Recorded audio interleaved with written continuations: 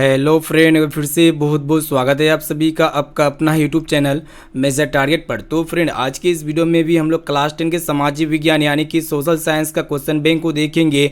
और ये दोस्तों सामाजिक विज्ञान का क्वेश्चन बैंक का 9 नंबर पार्ट है। ठीक है, इससे पहले हम लोग काफ़ी सारे पार्ट को देख चुके हैं सभी सब्जेक्ट का। अगर आप अभी तक नहीं देखे तो आप प्लेलिस्ट में जाके बारी बारी से सभी पार्ट को देख सकते हैं, क्योंकि आपको पता होना चाहिए जो प्रीवियस ईयर क्वेश्चन होते हैं ना आपके एग्जाम में, सभी प्रश्न प्रीवियस ईयर क्वेश्चन बैंक से ही पूछे जाते हैं।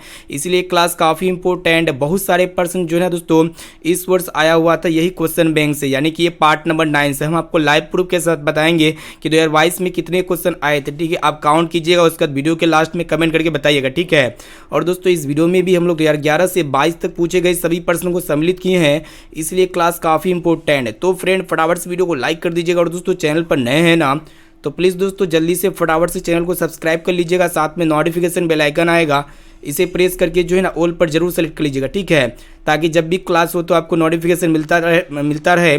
और इस वीडियो में भी हम लोग काफ़ी महत्वपूर्ण 30 मोस्ट इंपोर्टेंट है ऑब्जर्व क्वेश्चंस को सेलेक्ट किए हैं। ये सभी प्रश्न आपका NCERT के न्यू पैटर्न पर आधारित है। और दोस्तों जो भी विद्यार्थी अभी तक हमारे व्हाट्सएप ग्रुप में नहीं जुड़े हैं तो जल्दी से फटाफट से आप मेरा व्हाट्सएप नंबर नोट कीजिए। आज जो है ना सभी विद्यार्थियों को हम अपने व्हाट्सएप ग्रुप पर जोड़ देंगे। ठीक है, तो ये मेरा व्हाट्सएप नंबर है 6206076569। इस नंबर को सेव कीजिए। आप बोले कि सर हमें व्हाट्सएप ग्रुप में जोड़ दीजिए, तो हम जो है ना आपको व्हाट्सएप ग्रुप में जोड़ देंगे। ठीक है, तो फ्रेंड फटाफट से वीडियो को लाइक कीजिए। तो चलिए शुरू करते हैं यहाँ पे आज के पहले नंबर प्रश्न से। क्लास काफ़ी इंपॉर्टेंट है, बिल्कुल क्लास को शुरू से लेकर आखिरी तक जरूर कीजिएगा। और दोस्तों आप ज़्यादा से ज़्यादा कोशिश कीजिएगा एक एक क्वेश्चन का आंसर जो है ना आप हमें लाइव चैट में कमेंट जरूर कीजिएगा। इससे हमको ये पता चलेगा कि आपका तैयारी काफ़ी अच्छी तरीके से चल रही है। ठीक है, तो फ्रेंड देखिएगा आज का फर्स्ट प्रश्न जो कि गत वर्ष में काफ़ी बार पूछा जा चुका है। देख सकते हैं खास करके जो है ना दोस्तों यही प्रश्न जो है ना 22 का दूसरा सीटिंग यानी कि इस वर्ष आया हुआ था। ठीक है, 21 का जो फर्स्ट सीटिंग में पूछा जा ही चुका है और 20 का भी फर्स्ट सीटिंग एग्जाम में पूछा जा चुका है। ठीक है, और यहाँ पे कंपार्टमेंटल में पूछा गया था 16 का, 14 का भी कंपार्टमेंटल एग्जाम में आया हुआ है, यानी कि 2023 के लिए काफ़ी इंपॉर्टेंट। इस प्रश्न को अच्छी तरीके से ध्यानपूर्वक बढ़िया तरह से याद कर लेना है। ठीक है, तो फ्रेंड प्रश्न लेकर आए कि आपको बताना है कि महासागर की तली पर होने वाले कंपन को किस नाम से जाने जाते। काफ़ी सिंपल प्रश्न है। तो यहाँ पे 4 ऑप्शन दिया गया है। ऑप्शन ए में आपका दिया भूकंप या फिर चक्रवात, और ऑप्शन सी है सुनामी, और ऑप्शन डी में आपका दिया इनमें से कोई नहीं। तो फटाफट से आप हमें लाइव चैट में कमेंट कीजिएगा कि महासागर की तली पर जो कंपन होता है दोस्तों उस कंपन को हम लोग किस नाम से जानते हैं, तो सुनामी के नाम से जानते हैं। ठीक है, इसीलिए यहाँ पे सी ऑप्शन बिल्कुल ही करेक्ट आंसर हो जाएगा। और दोस्तों आपके एग्जाम में एक प्रश्न नहीं पूछे जाते हैं कि सुनामी को किस यंत्र यानी कि किस डिवाइस से मापा जाता है, तो सुनामीटर डिवाइस से मापा जाता है। चलिए फ्रेंड देखते हैं यहाँ पे दूसरा नंबर क्या कराए कि आपको बताना है कि 26 दिसंबर 2004 को विश्व के किस हिस्से में भयंकर सुनामी आया था। तो देख सकते हैं गत वर्ष में जो है ना 14 का दूसरा सीटिंग में पूछा जा चुका है, और यही प्रश्न जो है ना 2019 का कंपार्टमेंटल एग्जाम में भी पूछा गया था। ठीक है, तो यहाँ पे 26 दिसंबर 2004 को जो है ना विश्व के किस हिस्से में भयंकर सुनामी आया था, तो देख सकते हैं तो फ्रेंड है बंगाल की खाड़ी में जो है ना भयंकर सुनामी आया था। इसलिए यहाँ पे डी वाला ऑप्शन जो है ना बिल्कुल ही करेक्ट आंसर हो जाएगा।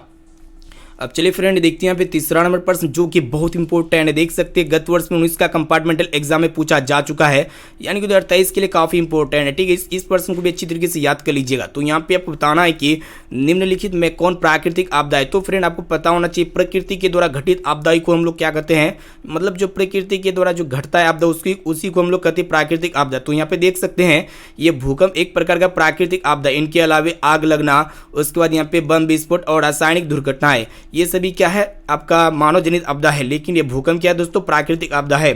ठीक है, और दोस्तों भूकंप को किस यंत्र से मापा जाता है, तो रिक्टर पैमाना के द्वारा भूकंप को मापा जाता है। अब चलिए फ्रेंड देखते हैं यहाँ पे नेक्स्ट क्वेश्चन की तरफ बढ़ चलते हैं जो कि आपके बोर्ड एग्जाम के लिए बहुत इंपॉर्टेंट है। तो देख सकते हैं गत वर्ष में जो है ना यहाँ पे खास करके ये प्रश्न जो है 2022 का यानी कि इस वर्ष पूछा गया था फर्स्ट सीटिंग में, और यहाँ पे 18 का फर्स्ट सीटिंग में तो पूछा ही जा चुका है। ठीक है, काफ़ी सारे प्रश्न इसी वीडियो से आए थे फर्स्ट सीटिंग एग्जाम में 2022 का। ठीक है, फर्स्ट सीटिंग और दूसरा सीटिंग दोनों सीटिंग एग्जाम में पूछा जा चुका है। 2023 के एग्जाम में यही वीडियो से जो ना काफ़ी सारे प्रश्न आएंगे, इसलिए वीडियो काफ़ी इंपॉर्टेंट है। क्लास को बिल्कुल शुरू से लेकर आखिरी तक जरूर कीजिएगा। तो फ्रेंड प्रश्न एक राय की भूकंप संभावित क्षेत्रों में भवनों की आकृति कैसी होनी चाहिए। ठीक है, काफ़ी इंपॉर्टेंट है और काफ़ी सिंपल प्रश्न है। तो यहाँ पे देख लेते हो ऑप्शन ए में आपका दिया गया अंडाकार या फिर त्रिभुजाकार या फिर चौकोर, और ऑप्शन डी आयताकार। तो फ्रेंड भूकंप संभावित क्षेत्रों में भवनों की आकृति कैसी होनी चाहिए, तो आयताकार होनी चाहिए, यानी कि यहाँ पे जो है ना डी वाला ऑप्शन बिल्कुल ही करेक्ट आंसर हो जाएगा। अब चलिए फ्रेंड देखते हैं यहाँ पे नेक्स्ट क्वेश्चन ये करा है कि आपको बताना है कि भूपटल के नीचे का वह स्थान जहां भूकंप का जन्म होता है कहा जाता है। तो देख सकते हैं 13 का कंपार्टमेंटल एग्जाम में पूछा जा चुका है। ठीक है, तो फ्रेंड भूपटल का वो स्थान जहां पे भूकंप का जन्म होता है तो उसे हम लोग क्या कहते हैं दोस्तों, भूकंप केंद्र कहते हैं। यानी कि यहाँ पे ए वाला ऑप्शन जो है ना बिल्कुल ही करेक्ट आंसर हो जाएगा। और दोस्तों आपके एग्जाम में एक प्रश्न भी पूछे आते हैं कि भूकंप के ऊर्ध्वाधर पृथ्वी पर स्थित केंद्र को क्या कहते हैं, अधिकेंद्र कहते हैं। ठीक है, ये मतलब भूकंप केंद्र के ऊर्ध्वाधर पृथ्वी पर स्थित जो केंद्र होता है उसको हम लोग क्या कहते हैं, अधिकेंद्र कहते हैं। लेकिन भूपटल के नीचे का वो स्थान जहाँ पे भूकंप का जन्म होता है, ठीक है, उसको हम लोग क्या कहते हैं, भूकंप केंद्र कहते हैं। अब चलिए फ्रेंड देखते हैं यहाँ पे नेक्स्ट क्वेश्चन की तरफ बढ़ चलते हैं जो कि आपके बोर्ड एग्जाम के लिए बहुत इंपॉर्टेंट है। यहाँ पे आपको बताना है कि इनमें कौन क्षेत्र भू संकलन से अधिक प्रभावित होता है। ठीक है, देख सकते हैं गत वर्ष में जो है 21 का एग्जाम में पूछा जा चुका है। तो यहाँ पे ऑप्शन ए में आपका दिया कश्मीर और उत्तराखंड, या फिर उड़ीसा और आंध्र प्रदेश, या फिर झारखंड, और ऑप्शन डी में आपका दिया गया मध्य प्रदेश। तो फ्रेंड भू संकलन से अधिक प्रभावित जो क्षेत्र है ना दोस्तों, कौन सा क्षेत्र है, तो कश्मीर और उत्तराखंड है, जो कि यहाँ पे ए ऑप्शन में है। यानी कि यहाँ पे ए वाला ऑप्शन जो है ना बिल्कुल ही करेक्ट आंसर हो जाएगा। अब चलिए फ्रेंड देखते हैं यहाँ पे अगला प्रश्न क्या करा है कि आपको बताना है कि आपदा प्रबंधन का प्रमुख घटक कौन है। काफी इंपॉर्टेंट है और 21 का जो है ना फर्स्ट सीटिंग एग्जाम में आया हुआ है। ठीक है, तो आपदा प्रबंधन का जो प्रमुख घटक है ना दोस्तों, क्या कौन सा घटक है, तो देखिएगा स्थानीय प्रशासन है, उसके बाद यहाँ पे स्वयंसेवी संगठन भी है, और गाँव मोहल्ले के लोग, यानी कि ये सभी है। यहाँ पे डी वाला ऑप्शन जो है ना बिल्कुल ही करेक्ट आंसर हो जाएगा। अब चलिए फ्रेंड देखते हैं यहाँ पे नेक्स्ट क्वेश्चन की तरफ बढ़ चलते हैं जो कि काफ़ी टॉप लेवल की प्रश्न यहाँ पे हम आपके सामने प्रस्तुत कर रहे हैं। इसलिए जो भी विद्यार्थी अभी तक क्लास को लाइक नहीं किए तो जल्दी से फटाफट से जो है आप यहाँ पे दिल से क्लास को लाइक कर दीजिए। ठीक है, क्योंकि हम आपके लिए इतना मेहनत करते हैं तो आप इतना ही कर सकते हैं, वीडियो को लाइक कर सकते हैं। ठीक है, इसमें लाइक वगैरह करने में आपसे पैसा वगैरह नहीं लगता है, तो लाइक फटाफट कर दीजिए। चलिए दोस्तों देखते हैं यहाँ पे लाइक करने से क्या होगा कि और भी स्टूडेंट यहाँ पे इस वीडियो को देख सकता है। ठीक है, तो प्रश्न ये करा है कि आपको बताना है कि भारत में सहकारिता आंदोलन का प्रारंभ कब हुआ था। काफ़ी इंपॉर्टेंट है, देख सकते हैं 12 का एग्जाम में पूछा जा चुका है। ठीक है, तो फ्रेंड भारत में सहकारिता आंदोलन का जो प्रारंभ हुआ था ना, कब हुआ था, ऑप्शन ए में आपको 1904 में, या फिर 1905 में, या फिर 1907 में, और ऑप्शन डी में आपका दिया गया है 1920 में। ठीक है, तो भारत में सहकारिता आंदोलन का जो प्रारंभ हुआ था ना दोस्तों, कब हुआ था, 1904 में हुआ था। इसे आपको याद होना चाहिए। यहाँ पे ए वाला ऑप्शन जो है ना बिल्कुल ही करेक्ट आंसर हो जाएगा। देखते हैं यहाँ पे नेक्स्ट क्वेश्चन की तरफ बढ़ चलते हैं। यहाँ पे आपको बताना है कि भारत में करेंसी नोट कौन जारी करता है। काफी इंपॉर्टेंट प्रश्न है, लेकिन काफी सिंपल प्रश्न है, और यही प्रश्न जो है ना 21 का फर्स्ट सीटिंग एग्जाम में पूछा जा चुका है।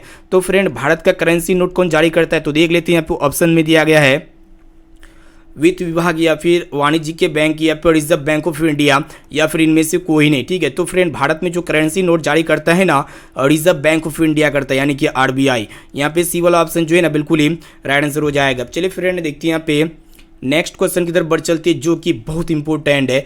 यहाँ पे आपको बताना है कि विनिमय का सर्वोत्तम माध्यम है, यानी कि विनिमय का सर्वोत्तम माध्यम क्या है, तो देख सकते हैं 16 का कंपार्टमेंटल एग्जाम में पूछा गया था। तो यहाँ पे ऑप्शन ए में आपका दिया गया वस्तु, या फिर चेक, और ऑप्शन सी है मुद्रा, और ऑप्शन डी में आपका दिया प्रतिज्ञा पत्र। ठीक है, तो फ्रेंड ये जो विनिमय का जो सबसे सर्वोत्तम माध्यम है ना, क्या है, मुद्रा है, यानी कि करेंसी है। यहाँ पे सी वाला ऑप्शन जो है ना बिल्कुल ही करेक्ट आंसर हो जाएगा। देखते हैं यहाँ पे अगला प्रश्न क्या करा है कि आपको बताना है कि सबसे अधिक आबादी वाला जिला कौन सा है। काफी इंपॉर्टेंट है, तो देख सकते हो 21 का फर्स्ट सीटिंग एग्जाम में पूछा जा चुका है। तो फ्रेंड यहाँ पे भारत का जो यहाँ पे जो है आपको बताना है कि सबसे आबादी वाला जिला कौन है। तो देख सकते हो ऑप्शन ए में आपको दिया भागलपुर, या फिर पटना, और ऑप्शन सी में आपको दिया नालंदा, या फिर मुंगेर। ठीक है, तो सबसे आबादी वाला जो जिला है ना दोस्तों, पटना जिला है, इसे आपको याद होना चाहिए। यहाँ पे बी वाला ऑप्शन जो है ना बिल्कुल ही करेक्ट आंसर हो जाएगा। देखते हैं यहाँ पे नेक्स्ट क्वेश्चन की तरफ बढ़ चलते हैं जो कि बहुत इंपॉर्टेंट है, खास करके ये भी प्रश्न जो है ना 2022 का फर्स्ट सीटिंग एग्जाम में पूछा जा चुका है, और 21 का जो है ना दूसरा पाली में तो पूछा जा ही चुका है, और 2023 के लिए काफ़ी इंपॉर्टेंट है। यहाँ पे आपको बताना है, देखिएगा प्रश्न ये करा है कि सासानगर का विकास हुआ था, यानी कि सासानगर का विकास जो है ना कौन सा युग में हुआ था, तो मध्य युग में हुआ था। यानी कि यहाँ पे ए वाला ऑप्शन जो है ना बिल्कुल ही करेक्ट आंसर हो जाएगा। अब चलिए फ्रेंड देखते हैं यहाँ पे नेक्स्ट क्वेश्चन की तरफ बढ़ चलते हैं। तो फ्रेंड यहाँ पे आपको बताना है कि बिहार की सीमा से रेल मार्ग की कुल लंबाई कितनी है। काफ़ी इंपॉर्टेंट है, गत वर्ष में जो है ना 18 का दूसरा सीटिंग में पूछा जा चुका है। ठीक है, तो फ्रेंड आपको बता देते हैं बिहार की सीमा से रेल मार्ग की जो कुल लंबाई है ना कितना है, 6283 किलोमीटर है। इसे आपको याद होना चाहिए। यहाँ पे ए ऑप्शन जो है ना बिल्कुल ही करेक्ट आंसर हो जाएगा। देखते हैं यहाँ पे नेक्स्ट क्वेश्चन क्या कराए कि आपको बताना है कि बिहार में रज्जू मार्ग कहाँ है। तो देख सकते हैं गत वर्ष में जो है ना 21 का फर्स्ट सीटिंग में पूछा गया था, और 15 का फर्स्ट सीटिंग एग्जाम में पूछा जा चुका चुका है, ठीक है। 2028 के लिए काफ़ी इंपॉर्टेंट है। तो यहाँ पे आपको बताना है कि बिहार में जो रज्जू मार्ग है ना दोस्तों, कहाँ पे है वो आपको बताना है, तो राजगीर में है। कहाँ पे है? राजगीर में। यहाँ पे बी वाला ऑप्शन जो है ना बिल्कुल ही राइट आंसर हो जाएगा। चलिए फ्रेंड देखते हैं यहाँ पे नेक्स्ट क्वेश्चन की तरफ बढ़ चलते हैं। और ये भी प्रश्न जो है ना खास करके इस वर्ष आया हुआ है। 22 का फर्स्ट सीटिंग एग्जाम में पूछा गया था, ठीक है। और 19 का सेकंड सीटिंग एग्जाम में तो पूछा जा ही चुका है। और 2023 के लिए काफ़ी इंपॉर्टेंट है, ठीक है। यहाँ पे आपको बताना है कि मंदार हिल किस जिले में स्थित है। तो देख सकते हो ऑप्शन ए में आपको मुंगेर में, या फिर भागलपुर में, या फिर बांका में, और ऑप्शन डी में आपका दिया गया बक्सर में, ठीक है। तो फ्रेंड ये जो मंदार हिल ना किस जिले में स्थित है, तो बांका जिले में स्थित है। इसे आपको याद होना चाहिए। यहाँ पे सी वाला ऑप्शन जो है ना बिल्कुल ही करेक्ट आंसर हो जाएगा। देखते हैं यहाँ पे नेक्स्ट क्वेश्चन क्या कराए कि यहाँ पे आपको बताना है कि चूना पत्थर का उपयोग मुख्य रूप से किस उद्योग में होता है। तो देख सकते हैं गत वर्ष में जो है ना 12 का कंपार्टमेंटल में पूछा गया था, ठीक है। तो चूना पत्थर का जो उपयोग किया जाता है ना दोस्तों, कौन सा फैक्ट्री में, कौन सा उद्योग में किया जाता है, देख लेते हैं यहाँ पे ऑप्शन ए में आपको सीमेंट उद्योग में, या फिर लोह उद्योग में, या फिर शीशा उद्योग में, या फिर इनमें से किसी में नहीं, ठीक है। तो चूना पत्थर का जो उपयोग किया जाता है मुख्य रूप से सीमेंट उद्योग में किया जाता है। कौन सा उद्योग में किया जाता है? सीमेंट उद्योग में। ये भी प्रश्न हम आपको काफी बार पढ़ा चुके हैं, ठीक है। और दोस्तों जो भी विद्यार्थी अभी तक क्लास को लाइक नहीं किए तो जल्दी से फटाफट से यहाँ पे क्लास को लाइक कर दीजिएगा। अब चलिए फ्रेंड देखते हैं यहाँ पे नेक्स्ट क्वेश्चन की तरफ बढ़ चलते हैं। तो फ्रेंड यहाँ पे प्रश्न ये कराया कि पायराइट खनिज है। तो देख सकते हैं 18 का यहाँ पे फर्स्ट सीटिंग एग्जाम में पूछा जा चुका है। तो फ्रेंड ये जो पायराइट खनिज है ना, यह एक प्रकार का कौन सा खनिज होते हैं? धात्विक या फिर अधात्विक, या फिर परमाणु, या फिर ऑप्शन डी में आपका दिया गया है ईंधन, ठीक है। तो फ्रेंड ये जो पायराइट खनिज है ना धात्विक खनिज है, यानी कि यहाँ पे जो है ना ऑप्शन ए बिल्कुल ही करेक्ट आंसर हो जाएगा। और दोस्तों आपके एग्जाम में एक प्रश्न ये पूछे जा सकते हैं, जो पायराइट खनिज होते हैं ना, इसको मूर्खों का सोना कहा जाता है, ठीक है। इसे आपको याद होना चाहिए। देखते हैं यहाँ पे नेक्स्ट क्वेश्चन की तरफ बढ़ चलते हैं, जो कि आपके बोर्ड एग्जाम के लिए काफ़ी इंपॉर्टेंट है। खास करके जो है ना ये भी प्रश्न है इस बार आया हुआ था, ठीक है। यानी कि 22 का फर्स्ट सीटिंग एग्जाम में पूछा जा चुका है, और 21 का एग्जाम में तो पूछा ही गया था, ठीक है। तो फ्रेंड यहाँ पे आपको बताना है कि कहलगांव तापीय विद्युत परियोजना किस जिले में स्थित है। तो देख सकते हैं ऑप्शन ए में आपका दिया गया भागलपुर में, या फिर मुंगेर में, या फिर जमुई में, या फिर साहिबगंज में, ठीक है। तो फ्रेंड ये कहलगांव तापीय विद्युत परियोजना जो है ना भागलपुर जिले में स्थित है। कौन सा जिले में स्थित है? भागलपुर में। यहाँ पे ए ऑप्शन जो है ना बिल्कुल ही करेक्ट आंसर हो जाएगा। देखते हैं यहाँ पे नेक्स्ट क्वेश्चन, जो कि बहुत इंपॉर्टेंट है। यहाँ पे देख सकते हैं 20 का जो है ना एग्जाम में पूछा गया था। तो यहाँ पे आपको बताना है कि काटी तापीय विद्युत परियोजना जो है ना किस जिले में स्थापित है। तो देख सकते हो ऑप्शन ए में आपका दिया पूर्णिया में, या फिर सिवान में, या फिर मुजफ्फरपुर में, या फिर पूर्वी चंपारण में, ठीक है। तो फटाफट से लाइव चैट में कमेंट कीजिएगा, और यहाँ पे कमेंट सेक्शन में भी जाके कमेंट्स कर सकते हैं, ठीक है। तो काटी तापीय विद्युत परियोजना है दोस्तों, ये कौन सा जिले में स्थापित है? तो मुजफ्फरपुर में स्थापित है। इसे आपको याद होना चाहिए। यहाँ पे सी ऑप्शन जो है ना बिल्कुल ही करेक्ट आंसर हो जाएगा। अब चलिए फ्रेंड देखते हैं यहाँ पे अगला प्रश्न की तरफ बढ़ चलते हैं। तो फ्रेंड यहाँ पे आपको बताना है कि नागपुर सड़क योजना के अंतर्गत सड़कों को कितने भागों में बांटा गया। तो देख सकते हैं 12 का कंपार्टमेंटल में पूछा गया था। तो यहाँ पे ऑप्शन ए में आपका दिया गया 4, या फिर 6, और ऑप्शन सी है 2, या फिर 5, ठीक है। तो नागपुर सड़क योजना के अंतर्गत जो सड़कों को जो बांटा गया है ना दोस्तों, कितने वर्गों में बांटा गया है? तो 4 वर्गों में बांटा गया। इसे आपको याद होना चाहिए। यहाँ पे ए वाला ऑप्शन जो है ना बिल्कुल ही ऐसे उत्तर हो जाएगा, ठीक है। चलिए देखते हैं यहाँ पे अगला प्रश्न क्या कराया कि आपको बताना है कि परिवहन के साधनों में सबसे सस्ता परिवहन का साधन है। काफ़ी सिंपल प्रश्न है, आपको पता होना चाहिए। तो फ्रेंड परिवहन के साधनों में जो परिवहन का जो सबसे सस्ता साधन है ना दोस्तों, कौन सा साधन है? तो देख सकते हैं सड़क, जल, रेत, या फिर वायु। तो सड़क, यहाँ पे ऑप्शन ए जो है ना बिल्कुल ही करेक्ट आंसर हो जाएगा। काफ़ी इंपॉर्टेंट ये प्रश्न है, गत वर्ष में यहाँ पे 18 का कंपार्टमेंटल एग्जाम में पूछा गया था। अब चलिए फ्रेंड देखते हैं यहाँ पे नेक्स्ट क्वेश्चन की तरफ बढ़ चलते हैं, जो कि काफ़ी टॉप लेवल की प्रश्न है। यहाँ पे आपको बताना है कि भारत का सबसे बड़ा बंदरगाह है। तो देख सकते हैं 19 का दूसरा सीटिंग में पूछा जा चुका है। तो यहाँ पे ऑप्शन ए में आपको दिया मुंबई, या फिर चेन्नई, या फिर कोलकाता, और ऑप्शन डी में आपका दिया कांडला, ठीक है। तो फ्रेंड ये भारत का जो सबसे बड़ा बंदरगाह है ना, कौन सा बंदरगाह है? तो मुंबई बंदरगाह। इसे आपको याद होना चाहिए। यहाँ पे ए ऑप्शन जो है ना बिल्कुल ही करेक्ट आंसर हो जाएगा।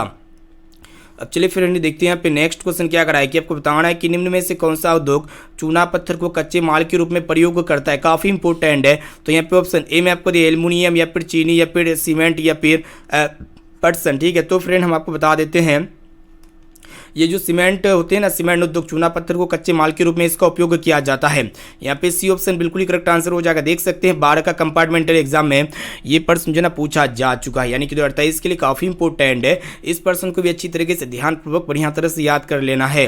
अब चलिए फ्रेंड देखते हैं यहाँ पे नेक्स्ट क्वेश्चन, जो कि काफ़ी टॉप लेवल के प्रश्न यहाँ पे आपके सामने प्रस्तुत कर रहे हैं। तो फ्रेंड प्रश्न ये कराया कि आपको बताना है कि नेपा नगर प्रसिद्ध है। तो किसके लिए जो है ना नेपा नगर प्रसिद्ध है? तो देख सकते हैं 19 का दूसरा सीटिंग में भी पूछा जा चुका है। तो यहाँ पे देखिएगा चीनी के लिए या फिर सीमेंट के लिए या फिर अखबारी कागज के लिए या फिर सूती कपड़ों के लिए, ठीक है। तो फ्रेंड ये जो नेपाल नगर प्रसिद्ध यानी कि फेमस है ना, किसके लिए फेमस है, तो अखबारी कागज के लिए फेमस है, यानी कि यहाँ पे जो है ना सी वाला ऑप्शन बिल्कुल ही करेक्ट आंसर हो जाएगा।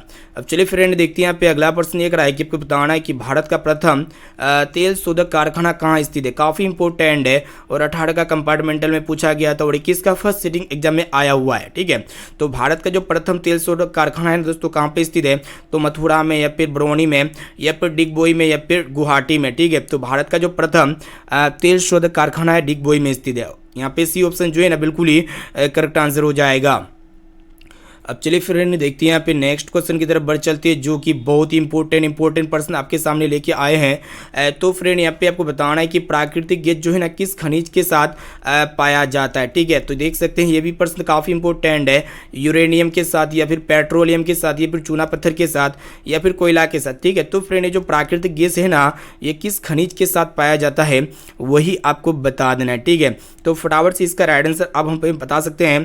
तो ये जो प्राकृतिक खनिज होते हैं ना दोस्तों किस खनिज के साथ पाया जाता है, तो यहाँ पे पेट्रोलियम के साथ पाया जाता है। कौन सा खनिज के साथ पाया जाता है, पेट्रोलियम के साथ। यहाँ पे बी ऑप्शन जो है ना बिल्कुल ही करेक्ट आंसर हो जाएगा। देखते हैं यहाँ पे नेक्स्ट क्वेश्चन की तरफ बढ़ चलते हैं। यहाँ पे आपको बताना है कि भाखड़ा नांगल परियोजना किस नदी पर अवस्थित है। तो देख सकते हैं गत वर्ष पे जो है ना 2017 का फर्स्ट सिटिंग एग्जाम में आया हुआ है, ठीक है। तो भाखड़ा नांगल परियोजना दोस्तों किस नदी पर स्थित है वही आपको बताना है। तो देख सकते हो ऑप्शन ए में आपको दिया नर्मदा में या फिर झेलम नदी या फिर सतलज नदी या फिर व्यास नदी, ठीक है। तो ये जो भाखड़ा नांगल परियोजना है ना ये झेलम नदी में स्थित है। कौन सा नदी में स्थित है, झेलम। इसीलिए यहाँ पे जो है ना दोस्तों बी वाला ऑप्शन बिल्कुल ही करेक्ट आंसर हो जाएगा। अब चलिए फ्रेंड देखते हैं यहाँ पे नेक्स्ट क्वेश्चन की तरफ बढ़ चलती है, जो कि बहुत इंपॉर्टेंट है। यहाँ पे आपको बताना है कि यूरेनियम का प्रमुख उत्पादक स्थल है। तो देख सकते हैं गत वर्ष में 3 बार पूछा जा चुका है। 13 का कंपार्टमेंटल में पूछा गया ही था, उसके बाद यहाँ पे 15 का दूसरा सिटिंग में भी आया हुआ है और 19 का फर्स्ट सिटिंग में पूछा जा चुका है, ठीक है। तो यहाँ पे आपको बताना है कि यूरेनियम का जो प्रमुख उत्पादक स्थल है ना कौन सा है वो आपको बताना है, ठीक है। तो यहाँ पे देख सकते हो ऑप्शन ए में आपका दिया डिगबोई या फिर आपका झड़िया या फिर घाटशिला या फिर ऑप्शन डी में आपका दिया गया है जादूगरा, ठीक है। तो फ्रेंड है यूरेनियम का जो प्रमुख उत्पादक स्थल है ना दोस्तों कौन सा स्थल है, जादूगोड़ा है, ठीक है। इसे आपको याद होना चाहिए। यहाँ पे डी ऑप्शन जो है ना बिल्कुल ही करेक्ट आंसर हो जाएगा।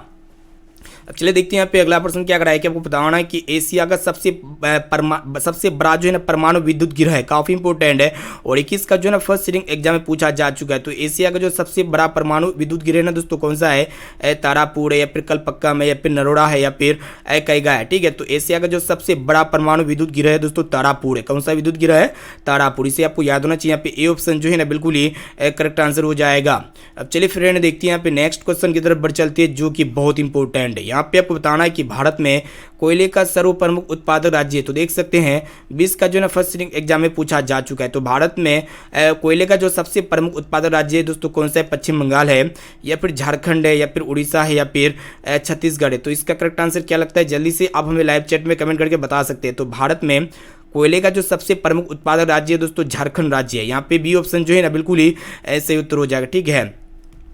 तो फ्रेंड यहाँ पे हम जो है ना फाइनली क्लास 10 के सामाजिक विज्ञान का क्वेश्चन बैंक 9 में जो है ना काफ़ी इंपॉर्टेंट 30 मोस्ट इंपॉर्टेंट क्वेश्चंस को देख चुके हैं। इससे पहले काफ़ी सारे वीडियो में भी हम लोग काफ़ी इंपॉर्टेंट वस्तुनिष्ठ प्रश्न को देखे। तो आप जो भी विद्यार्थी पिछले वाले पार्ट्स को नहीं देखे तो आप प्लेलिस्ट में जाके देख सकते हैं। इसी तरह सभी सब्जेक्ट का यहाँ पे जो है आपको मिल जाएगा, ठीक है, मतलब मिल जाएगा। और यहाँ पे जो भी विद्यार्थी अभी तक इस क्लास को लाइक नहीं किया तो जल्दी से आप फटाफट से इस वीडियो को लाइक कर दीजिएगा। दोस्तों यहाँ पे चैनल पर नए हैं ना तो प्लीज़ दोस्तों यहाँ पे चैनल को सब्सक्राइब कर लीजिएगा और यहाँ पे नोटिफिकेशन बेल आइकन को प्रेस करके ऑल पर जरूर सेलेक्ट कर लीजिएगा, ठीक है। और चलिए दोस्तों आपको लेके चलते SW क्वेश्चन की तरफ। तो ये क्वेश्चन जो है आपके लिए स्पेशली है। तो जो बच्चे को ये क्वेश्चन का आंसर पता है तो जल्दी से आप हमें फटाफट से कमेंट सेक्शन में जाके कमेंट जरूर कीजिएगा, ठीक है। और इनके साथ साथ कमेंट सेक्शन में भी बताना है कि 30% में मतलब 30% में से आपको पहले से कितना % का सही और सटीक आंसर ही आता है। इसका भी जवाब आपको इसी वीडियो के लाइव चैट में या फिर कमेंट सेक्शन में जाके कमेंट कर सकते हैं। और इनके साथ साथ स्पेशली SW क्वेश्चन है, इसका आंसर जल्दी से जाइए फटाफट से लाइव चैट में कमेंट कीजिएगा। तो क्वेश्चन ये कराए कि सर्वोत्तम कोयले का प्रकार कौन सा है। तो देख सकते हैं यहाँ पे 4 ऑप्शंस दिया गया, एंथ्रेसाइट है, पीड है या फिर लिग्नाइट है या फिर B2 मिनस है। तो काफ़ी सिंपल प्रश्न है, तो जल्दी से आप हमें लाइव चैट में कमेंट करके जरूर बताइएगा। और दोस्तों इस वीडियो को अपने दोस्तों में ज़्यादा से ज़्यादा शेयर कीजिए, ठीक है। जो भी आपका मतलब क्लास फ्रेंड है या फिर दोस्त यार है या फिर भाई बहन है, तो सभी विद्यार्थियों तक ये वीडियो पहुंचना चाहिए, ताकि सभी विद्यार्थियों ने जो है बोर्ड एग्जाम की तैयारी काफ़ी अच्छी तरीके से कर सके। और यहाँ पे क्लास का टाइम को नोट कर लीजिए। क्लास का टाइम है यहाँ पे 1 बजे दोपहर में क्लास होती है। तो यहाँ पे आज जो है ना किसी कारण से क्लास नहीं हुआ था, तो यहाँ पे कल से डेली क्लास होगी 1 बजे दोपहर में। तो 1 बजे दोपहर वाला क्लास जरूर कीजिएगा। और दोस्तों यहाँ पे तो 9 बजे क्लास करते ही आप, और यहाँ पे इनके साथ साथ जो है यहाँ पे शाम में 6 बजे क्लास होती है। तो ये सभी क्लास को आप जरूर कीजिएगा, ठीक है। तो फिर मिलते हैं यहाँ पे अगले क्लास में दोस्तों। आज के लिए इतना है। Thank you. वंदे मातरम।